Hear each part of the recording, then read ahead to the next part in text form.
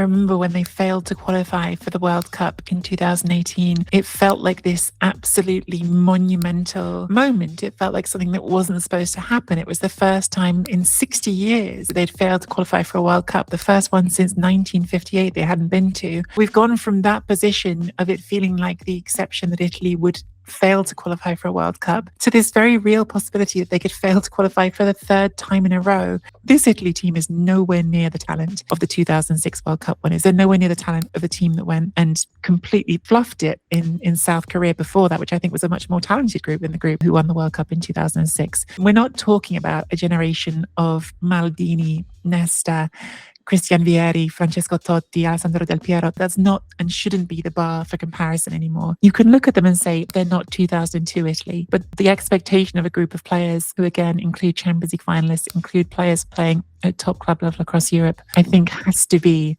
this group is good enough to be at a World Cup, should be at a World Cup. But it feels like Italy as a whole haven't known under Spalletti who they're trying to be. I'd argue they still don't really know under Gennaro Gattuso. I think tactically Gattuso hasn't necessarily put a very fixed and firm imprint on the side. What he has done is pretty much what you would expect Gennaro Gattuso to do, which is come in talking a lot about passion, to talk a lot about energy, to talk about character and drive and motivation. In the end, he'll either qualify for the World Cup or he won't. That's going to define the entire view on Gattuso and his leadership of Italy. It just comes down to these games.